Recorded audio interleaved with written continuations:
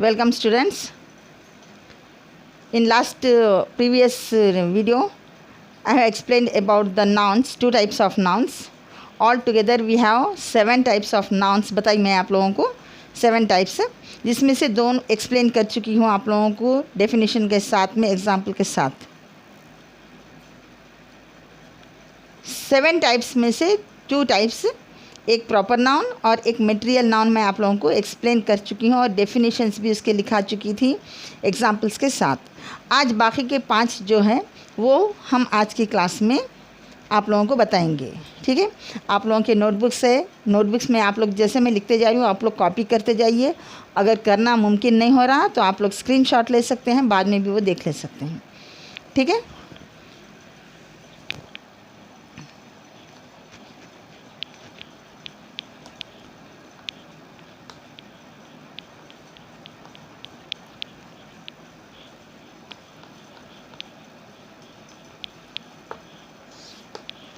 ये basic grammar में ले रहे हैं, जो शुरुआत में जो नए नए लोग रहते हैं सीखने के लिए, उनके लिए भी ये बहुत काम आने वाली चीज़ है। और जो पढ़ रहे हैं बच्चे उन लोगों को भी आती है, और जो डिग्री भी पढ़ रहे हैं उन लोगों के लिए भी ये फ़ायदेमंद है, ठीक है। और शुरू जो कर रहे हैं सीखना हो इंग्लिश, उन लोगों के लिए भी ये ग्रामर अगर लिख के रख लिए तो कल दूसरे क्लासेस जो होंगे उनके आगे सीखने के, उसमें ये चीज़ें काम आएंगी, ठीक है। तो हमको और 5 थे, क्या थे पूरे वो? एक था proper noun, common noun,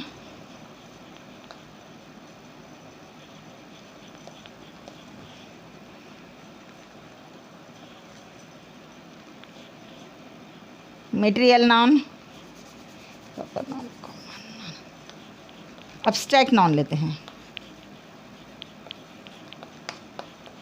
abstract noun,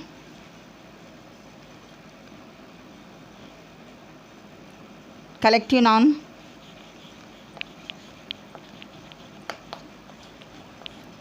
N मैं शॉर्ट में डाल रही हूँ आप लोगों को। एन का मतलब है यहाँ पर नाउन, ठीक है। Collective noun, proper noun, common noun, abstract noun, collective noun, material noun, material noun 1 2 3 4 5 6th countable noun,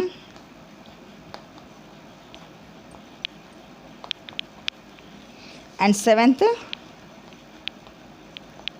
uncountable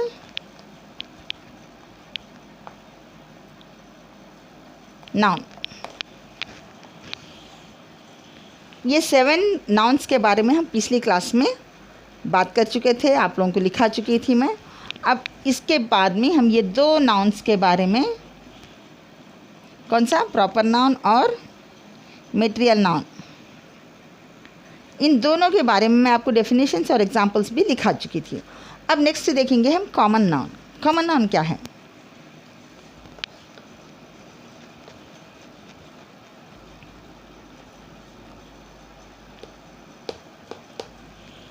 common noun वो उन चीज़ों के नाम हैं या किसी भी चीज़ का नाम, जैसे कि पर्सन, प्लेस और थिंग बोल के हम बताएं, यानी कि इंसान या कोई जगह या कोई चीज़ का नाम है जो कॉमन होता है। कॉमन होता है, पर्टिकुलर किसी को नहीं बताया जाता, वहाँ पर एक कॉमन होता है, उसको लेते हैं हम कॉमन नाउन में। जैसे कि एग्जांपल मैं बता दूँ आपको, बॉय, मैन, विलेज,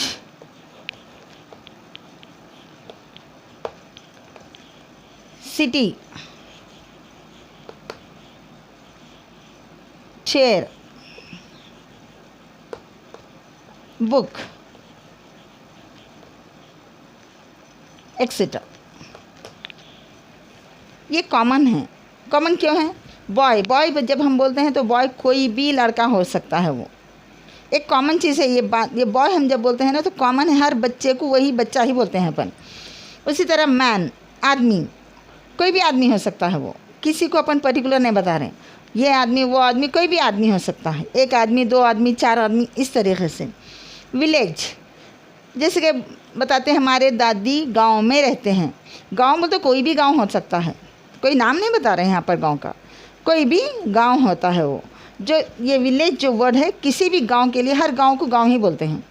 हाँ, अगर अपन नाम बता रहे हैं गांव का, पर्टिकुलर नाम बता रहे हैं आप कोई भी गांव का, तो वो नाम होता है, उसको बोलते हैं अपन प्रॉपर नाउन में, क्योंकि पर्टिकुलर नाम है उसी गांव का। जब आप बोलेंगे वरंगल, अगर आप बोले तो वरंगल मतलब कि वरंगल कहाँ है अपने को मालूम है, वरंगल किसको बोलते हैं, कौन सी प्लेस है वो अपने को मालूम है। लेकिन उसके बजाय अगर अपन खाली सिटी बोल दिए, समझो सिटी वो कोई भी हो सकती है, दिल्ली हो सकती है, बॉम्बे हो सकती है, मद्रास हो सकती है, कोलकाता हो सकती है, हैदराबाद हो सकती है, कोई भी सिटी हो सकती है। एक कॉमन नेम है वो सिटी को। सिटी क्या है? एक कॉमन नाउन है जो किसी भी शहर के लिए हम यूज़ करते हैं। ठीक है। चेयर, चेयर मतलब कि चेयर है, कोई भी चेयर हो सकती है। ब्रिंग मी ए चेयर, मेरे लिए एक चेयर लाइए, मतलब क्या है, आप कोई भी चेयर ला सकते हैं, पर्टिकुलर कोई चेयर का नाम नहीं। तो ऐसी चीज़, बुक, कोई भी बुक है वो। तो जो कॉमन चीज़ होते हैं, जो किसी भी चीज़ के लिए नाम दिया जाता है, ऐसे चीज़ों को अपन कॉमन नाउन बोलते हैं। ठीक है। अब इसके बाद में हम लेंगे अब्स्ट्रैक्ट नाउन।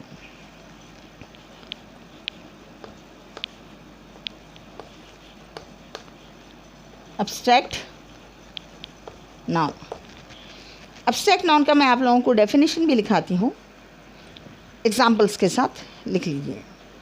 अब्स्ट्रैक्ट नाउन किसको बोलते हैं? वो चीज़ें जो है लेकिन नज़र नहीं आती, जो जिसका वजूद है दुनिया में लेकिन हमको नज़र जो नहीं आते हैं, उन नामों को हम अब्स्ट्रैक्ट नाउन में लेते हैं। ठीक है। अब मैं यहाँ पे आप लोगों को पहले एक्सप्लेन कर देती हूँ कि वो क्या होता है। जैसे कि हैप्पीनेस, हैप्पीनेस वो बोलते हैं। हैप्पी कैसे बताते हैं आप? खुशी कैसे बताते हैं? बता सकते कि देखिए ये मेरी खुशी है, मैं बहुत खुश हूँ, ये मेरी खुशी है, ऐसे बता सकते हो कोई चीज़ ला के आप खुशी के नाम से? नहीं बता सकते। लेकिन आपका चेहरा हंसता मुस्कुराना, या बच्चे, छोटे बच्चे खुशी में उछलते हैं, उनको, उनके उछलने को देख के हम समझते हैं कि बच्चे खुश है। ठीक है। इसको बोलते हैं जो चीज़ नज़र नहीं आती। खुशी कैसे नज़र आ रही? बच्चा उछलता हुआ नज़र आ रहा है आपको। खुशी कैसे बता सकते हैं आप यहाँ पर कि बच्चा उछल रहा?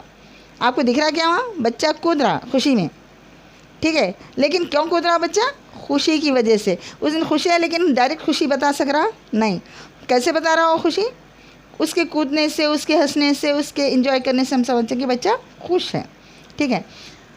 ऐसी कई चीज़ें। चलो एक कॉमन चीज़ बता रही हूँ मैं आपको, एयर है, हवा। हवा नज़र आती है अपने को? नहीं। लेकिन आपको मालूम है अगर हवा का दबाव, प्रेशर कम हो जाता है तो अपने को गर्मी होने लगती है। उससे हम समझते हैं कि हवा नहीं चल रही। अक्सर धूप काले में, समर सीज़न में ऐसा होता है कि हमको गर्मी ज़्यादा होती है। क्यों? क्योंकि एयर प्रेशर ग्राउंड पे बहुत, अर्थ के सरफेस पे बहुत ही कम प्रेशर में होता है। लेकिन नज़र आता हम कि अब जैसे कि ज़्यादा है, क्योंकि वेदर कूल है, तो इससे क्या होता है, हमको हवा अच्छी रहती है, ठंडी रहती है, यह हम महसूस कर सकते। लेकिन क्या हमको दिख रही कहीं ठंडी हवा आ रही? सो दिखती नहीं दिख रही। तो ऐसी चीज़ें, ऐसों के नाम जो हमको नज़र नहीं आते। और एक एग्जांपल है इलेक्ट्रिसिटी। इलेक्ट्रिसिटी आप लोग देखे कहीं? हाँ, लाइट चल रही देख सकते अपन, फ़ैन चल रहा देख सकते, कूलर चल रहा देख सकते, टीवी चल रहा देख सकते, फ्रिज ऑन है देख सकते। लेकिन पर्टिकुलरली आप बता सकते हैं देखिए ये इलेक्ट्रिसिटी है, बता सकते हैं कहीं? नहीं बता सकते।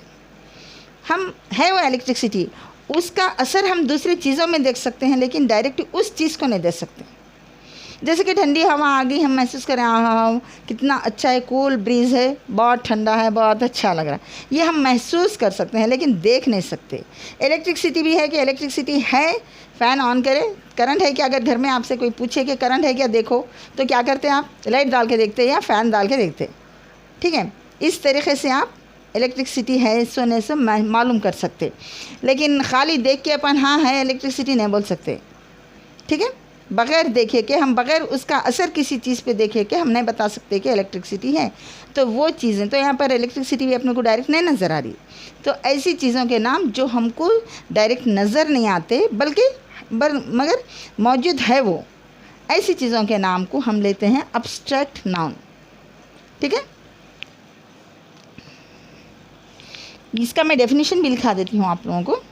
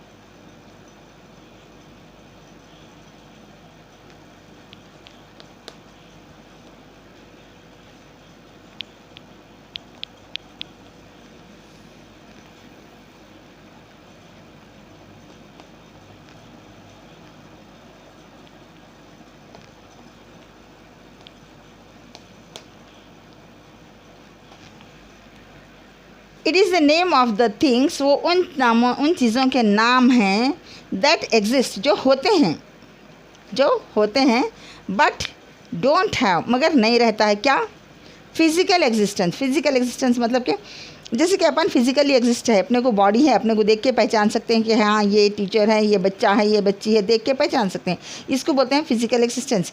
जब हम एक चेयर की बात करते हैं तो हाँ चेयर है, ये चेयर है, फिजिकली बता सकते हैं ये चेयर है। अब हम चॉक पीस की बात करेंगे, देखिए ये चॉक पीस है, ये है, देख के समझ सकते हैं कि आप चॉक पीस है। ब्लैक बोर्ड है, ठीक है, ये पूरा फिजिकली है, इनके नाम हैं और इन्हों फिजिकली भी प्रेजेंट है और ये पूरे कॉमन नाउन में आते हैं, क्योंकि चॉक पीस कोई भी चॉक पीस होता है, ब्लैक बोर्ड कोई भी बोर्ड हो सकता है, ये पूरे कॉमन नाउन में आते हैं। और अब्स्ट्रैक्ट नाउन वो है जिनको हम नज़र से नहीं देख सकते लेकिन मौजूद है, एग्जिस्ट मतलब कि है दुनिया में, लेकिन नज़रों से हम देख नहीं सकते, ठीक है। अब इसके एग्जाम्पल्स मैं आप लोगों को बताती हूँ। अभी तक मैं आप लोगों को बहुत सारे एग्जाम्पल्स बताई, अगर याद है तो वो आप लोग लिख लीजिए।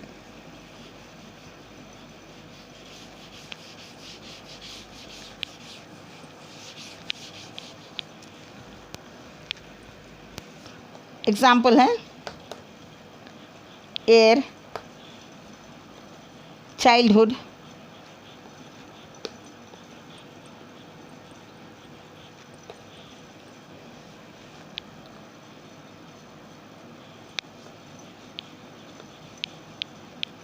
इलेक्ट्रिसिटी,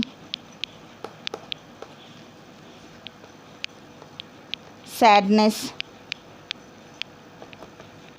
और सैड, ठीक है। ये सारे सैड मतलब क्या, गमगीन होना कैसे होता है, कुछ अपन नहीं बता सकते, देखिए ये मेरा गम है बोल के बता सकते, नहीं बता सकते।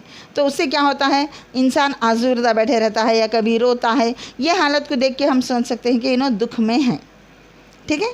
लेकिन वो पर्टिकुलरली हमें देखो ये दुख है, इसकी वजह से इन्होंने रो रहे, मिलकर ऐसे दुख को नहीं बता सकते हैं। हाँ कोई वाक़या होता है तो वो अलग चीज़ है, लेकिन पर्टिकुलरली ये देखो जैसे कि हम बताएंगे कि ये डस्टर है, उसी तरीके से देखो ये दुख है बोल के नहीं बता सकते, ठीक है। तो ये नज़र आने वाली चीज़ नहीं है। हाँ अपने एक्सप्रेशंस बता सकते हैं कि हम गमगीन हैं, अलग बात है, ये जो है, लेकिन नज़रों से हम डायरेक्टली उस चीज़ को नहीं देख सकते। वैसी चीज़ों के नामों को हम बोलते हैं अब्स्ट्रैक्ट नाउन, ठीक है। अब ये हो गया। अब नेक्स्ट कौन सा है, कलेक्टिव नाउन देखेंगे।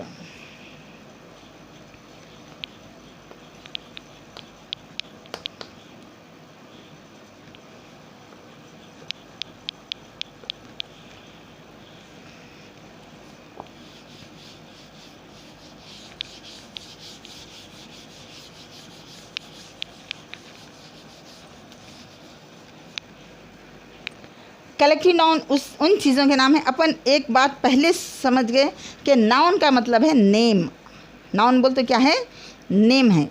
अब ये सारी हम चीज़ें पढ़ रहे हैं तो उनके नेम पढ़ रहे हैं, कॉमन नेम पढ़ रहे हैं, प्रॉपर नेम पढ़ रहे हैं, मटेरियल्स के नेम पढ़ रहे हैं, अब्स्ट्रैक्ट जो दिखने वाली चीज़ें हैं उनके नाम कै में लेते हैं। ये सारे ब्रांचेस देख रहे हैं हम नामों को कैसे नामों को किस किस ज़ुमरे में डालते हैं, ठीक है। अब कलेक्टिव नाउन है, कलेक्टिव के वर्ड से ही आप लोग समझ सकते हैं कि कुछ कलेक्शन होता है, कुछ चीज़ों का कलेक्शन होता है। तो जो उनको कलेक्शन करने के बाद में जो नाम दिया जाता है उस नाम को हम बोलते हैं कलेक्टिव नाउन। नाउन का मतलब है नेम, अपन नेम के बजाय ये वर्ड नाउन यूज़ कर रहे हैं, ठीक है। तो नाउन, कलेक्टिव नाउन जब जमा हो जाने के बाद में कोई नाम बोलते हैं, तो जब उसको बोलते हैं एक नाम रहता है उसको हम बोलते हैं कलेक्टिव नाउन। जैसे कि मैं आप लोगों को एक एग्जांपल बता दूं, फर्नीचर,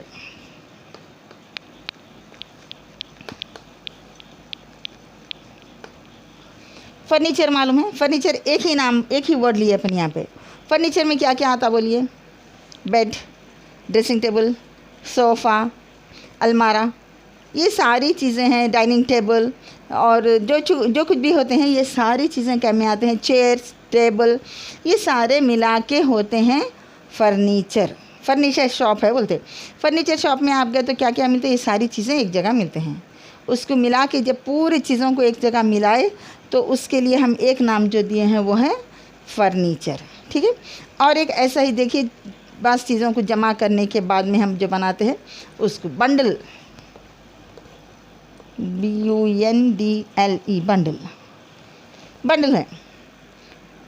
जब किसी भी चीज़ को हम एक जगह जमा कर देते हैं, जैसे कि कपड़े एक जगह तय करके जमा कर दिए समझिए, यानी तो बुक्स को एक जगह जमा कर दिए, यानी तो कुछ लकड़ियों को एक जगह जमा कर दिए, जमा करके बांध दिए या जमा करके रख दिए, या पूरे जमा करके समझिए बुक्स पूरे एक जगह रख के उठा रहे हैं, तो क्या बोल रहे हैं आप? बुक्स उठा रहे नहीं बोलते, बंडल उठा रहे हैं आप।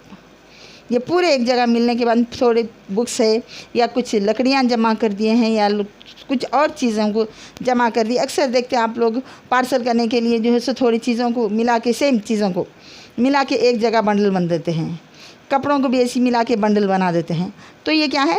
कुछ कपड़ों को एक जगह जमा करके जो बन देते हैं उसको बोलते हैं बंडल, या बुक्स को जमा करके रख देते हैं वो होता है बंडल, या लकड़ियों को एक जगह करके बांध देते हैं वो होता है लकड़ियों का बंडल।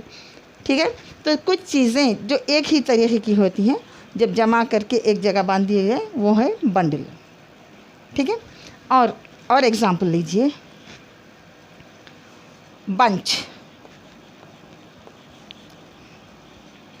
Bunch of grapes. अंगूर देखे होंगे आप लोग, अंगूर भी कैसे रहते हैं? एक जगह, जो खोशा बोलते हैं अंगूर का, एक ऐसी डाली रहती है, उसको बाजुओं से पूरे गोल अंगूर लगा हुआ रहता है, जिसको हम ऐसा एक डंडी पकड़े तो पूरे अंगूर उठ जाते हैं। उसको क्या बोलते हैं? अंगूर का खोशा बोलते हैं उर्दू में, और उसी को बोलते हैं बंच ऑफ ग्रेप्स। ठीक है, हर्ड, HERD, हर्ड, इसको क्या है?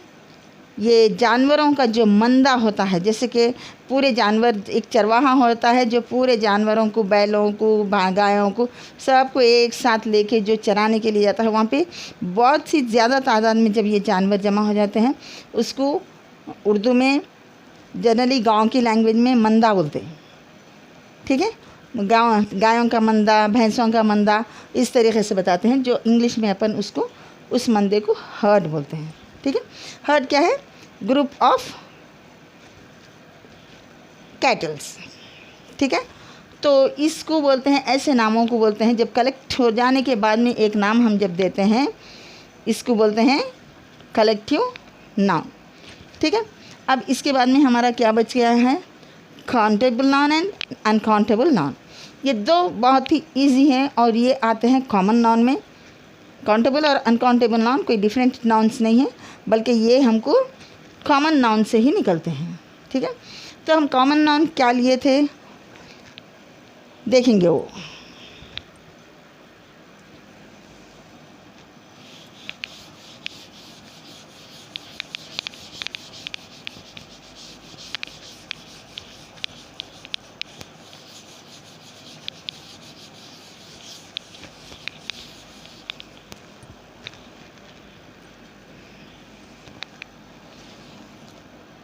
काउंटेबल नाउन, काउंट आप लोग वर्ड से ही समझ सकते हैं। काउंटेबल मतलब कि जो चीज़ को आप काउंट कर सकते हैं वो है काउंटेबल। ठीक है, और जिन चीज़ों को आप काउंट नहीं कर सकते हैं वो है अनकाउंटेबल। ठीक है, अब जैसे कि काउंटेबल में हर कॉमन नाउन काउंटेबल नाउन है, ज़्यादातर कॉमन नाउन्स अपने को काउंटेबल, जैसे कि boy, 2 boys, 5 boys, 10 boys, 100 boys, 30 girls, 40 men, 50 women, 100 chairs। ठीक है, 7 pens। इस तरीके से हम जिस चीज़ को भी काउंट कर सकते हैं उन सारे नाउन्स को काउंटेबल नाउन बोलते हैं।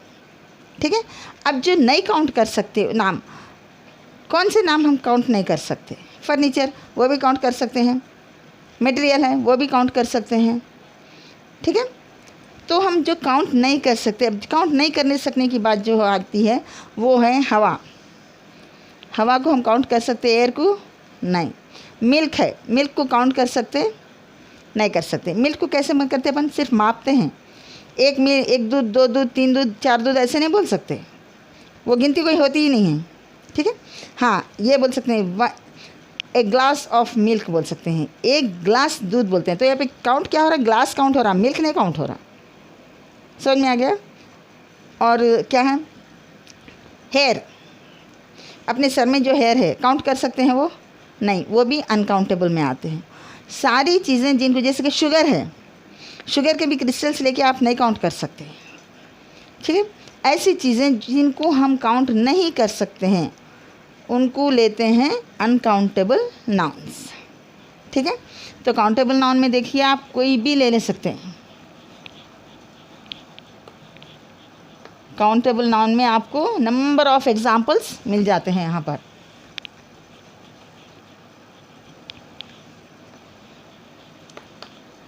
Boys, table,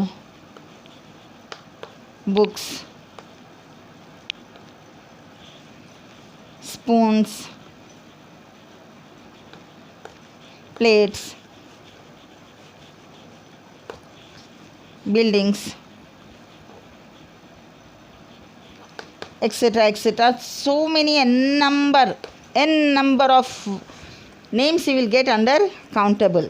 And in uncountable also you get the oils, water, and milk, sugar, hair. These all are uncountable nouns.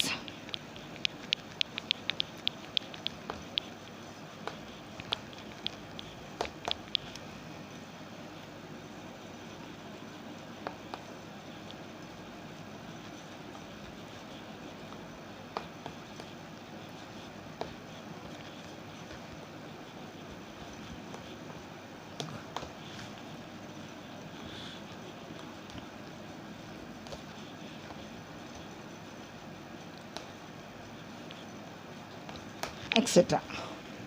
Right? These are measured, they are not counted. Understand? So the things which are measured but not counted, they are taken under uncountable nouns. I hope everybody have understood this. आप लोगों को समझ में आ गए होंगे। ये पूरे nouns रहे हमारे, जो 7 नाउन्स थे। इसके बाद में हम नाउन हो गया, प्रोनाउन, और बाकी के भी इंशाल्लाह नेक्स्ट वीडियो में मैं आप लोगों को एक्सप्लेन करूँगी। और इसके साथ ही मैं स्पोकन इंग्लिश के भी क्लासेस आप लोगों को रिकॉर्ड करके अपलोड करूँगी इंशाल्लाह।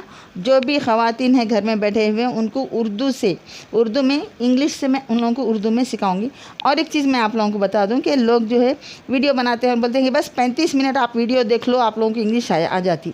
नहीं आती, ऐसे नहीं आती हैं, समझे। जब इंग्लिश सीखता है एक बच्चा, नर्सरी से लेके डिग्री तक जाते हैं, तो आजकल देखिए डिग्री तक जाने के बाद में भी उन लोगों के इंग्लिश में कई गलतियाँ निकलते हैं।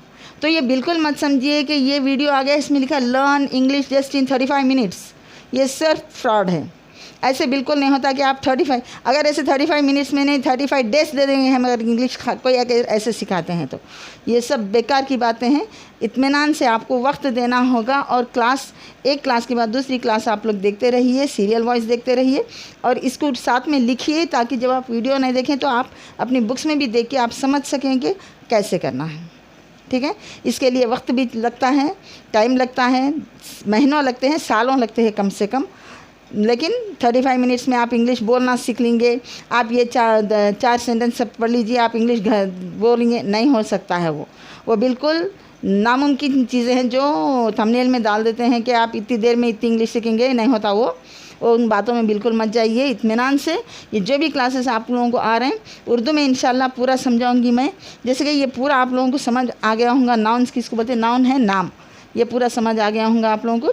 इनको अच्छे से लिख लीजिए और समझने की कोशिश कीजिए आहिस्ता आहिस्ता। जिनको बिल्कुल भी नहीं आती है, ज़ीरो पे है जो इंग्लिश के, वो लोग भी इंशाल्लाह इंग्लिश सीख लेंगे, लेकिन वक्त देना होगा और आप लोगों को डेडिकेशन ज़रूरी है कि आपको सीखना है।